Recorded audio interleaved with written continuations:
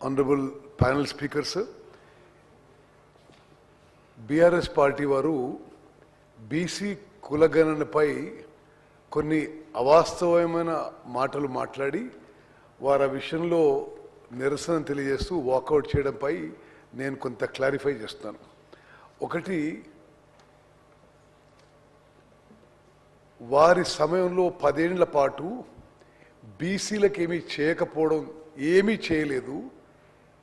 ఈరోజు మేము చేపట్టిన కాంప్రహెన్సివ్ సోషియో ఎకనామిక్ సర్వే అటువంటి కార్యక్రమం కూడా చేయలేదు. చాలా స్పెసిఫిక్గా నేను ఇది 3వ ఇంటర్వ్యూని అవుతున్న విషయంలో, Congress party stands for social justice, Congress party stands for inclusive growth. మా ప్రియతమ నాయకుడు రాహుల్ గాంధీ గారి ఇన్స్పిరేషన్తో, ఆదేశాలతో తెలంగాణలో ప్రస్తుత కాంగ్రెస్ ప్రభుత్వం మొత్తం సమాజంలో ఒక total comprehensive inclusive socio economic survey చేపట్టి పోయిన సంవత్సరం ఫిబ్రవరి 4వ తారీఖున ఎక్సర్సైజ్ మొదలుపెట్టి ఈరోజు 4 ఫిబ్రవరికి పూర్తిగా ఆ సర్వే పూర్తి చేసి ఈరోజు శాసనసభలో ప్రజెంట్ చేయడం జరిగింది. ఆ విషయంలో ఒక విషయంలో వారు పదే అబద్ధాలు చెప్తున్నారు కాబట్టి నేను మళ్ళీ ఆ విషయాన్ని ఖండించాల్సిన అవసరం వస్తుంది. వాళ్ళు చేసిన సమగ్ర కుటుంబ సర్వే అసలు ఆ రోజు కూడా నేను ఎమ్మెల్యే, వారు ఎక్కడా కూడా దాన్ని ప్రచురించలేదు, వెబ్సైట్లో పెట్టలేదు, ఇక్కడ శాసనసభలో ప్రవేశపెట్టలేదు, ఎవరికి దాని విషయం తెలియదు. అయినా సరే దాని నుంచి వాళ్ళు కోట్ చేస్తున్నారు. కాబట్టి వాళ్ళ హయాంలో బీసీలకి 51.09% వారి యొక్క సర్వేలో రావడం జరిగింది. మేము చేసిన దాంట్లో 56.33% బీసీల పర్సంటేజ్గా మేము మా సర్వేలో నిర్ధారించిన విషయం కూడా నేను మనవి చేస్తున్నాను. అదేవిధంగా ఎస్టీ పాపులేషన్ కూడా అప్పటికంటే ఇప్పుడు 1% ఎక్కువ మా సర్వేలో వచ్చిన విషయం కూడా నేను మనవి చేస్తున్నాను. అప్పుడు 9.8 వస్తే ఇప్పుడు 10.45. అదేవిధంగా ఓసీ పాపులేషన్ వాళ్ళ సర్వేలో 21.55 ఉంటే ఇప్పుడు మేం చేసిన సర్వేలో 15.79. OC percentage of population is reduced from 21.55 to 15.79. అదే విధంగా వారి లెక్కల్లో ఎంత తేడా ఉందంటే, వాళ్ళు ఆ రోజు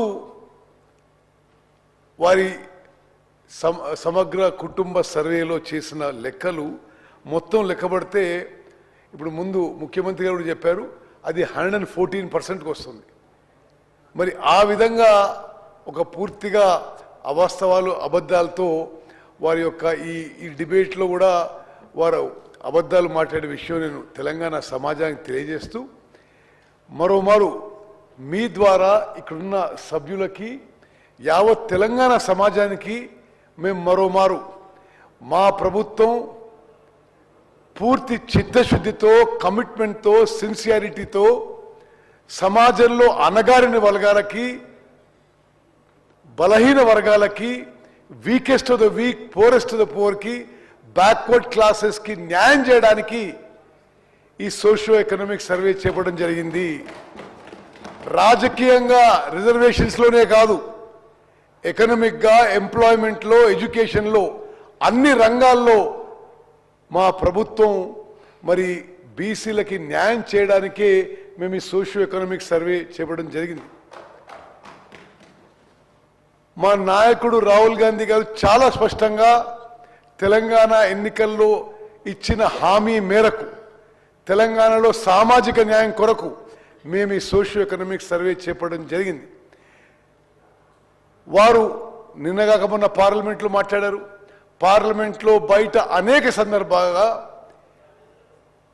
మొత్తం భారతదేశంలో కూడా సోషియో ఎకనామిక్ సర్వే చేపట్టాలి, బ్యాక్వర్డ్ క్లాస్కి, బ్యాక్వర్డ్ క్లాస్కి న్యాయం జరగాలని వారి యొక్క మాటల ఇన్స్పిరేషన్తో మేము చేపట్టడం జరిగింది. నేను స్పష్టంగా స్పీకర్ సార్ మీ ద్వారా యావత్ తెలంగాణ సమాజానికి తెలియజేస్తున్నాం, గతంలో ఉన్నదానికంటే బీసీ పాపులేషన్ పర్సంటేజ్ పెరిగింది, ఓసీ పాపులేషన్ పర్సంటేజ్ తగ్గింది. దీని మీద ఎవరు బయట ఒక తప్పుడు ప్రచారం, కొన్ని అపోలు అనుమానాలు మరి అది స్ప్రెడ్ చేసినా అది నమ్మొద్దు.